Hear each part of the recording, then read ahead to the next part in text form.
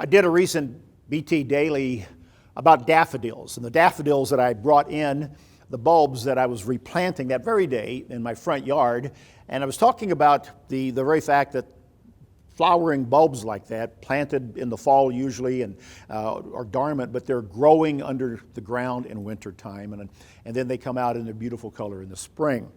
And I was encouraging us to use the winter months, this time of dormancy, to be prepared for the life of a new beginning in the springtime. One other thought in regard to that, because as I am talking here today, we're in the midst of January. Again, winter is still there, and it promises to be kind of a long and dark one, as most winters are wherever you might be. But I was thinking about something in regard to the value of poetry. There was a survey that I was reading in an article that's saying that Americans are turning to poetry more by greater numbers than previous years. There's a resurgence of interest in just reading poetry.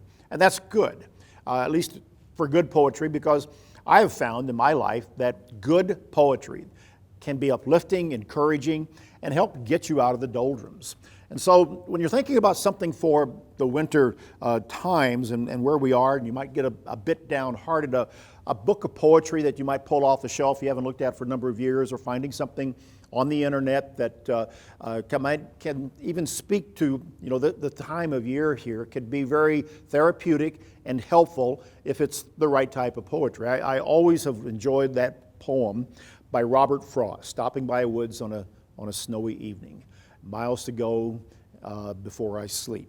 So many people know that. You learn it in our grade school years, but the words, the way it's all put together, it just brings up an image and a memory that can be very, very helpful and forward pointing. All right? And so whatever it might be, find that for yourself. Read a poem a day. Read a psalm a day. I'm going through the Psalms right now, and I find many of them to be uplifting, pointing me to God, even if some of them are a bit down because of the way David or the author may have written it in that way. But find that favorite psalm of yours that lifts you up, and put that by your table side, on your kitchen table, by your bedside at night, and get in the habit of reading an uplifting psalm or a piece of encouraging, uplifting poetry to help us get through this particular winter time. It can be a very good winter night's tonic. That's BT Daily. Join us next time.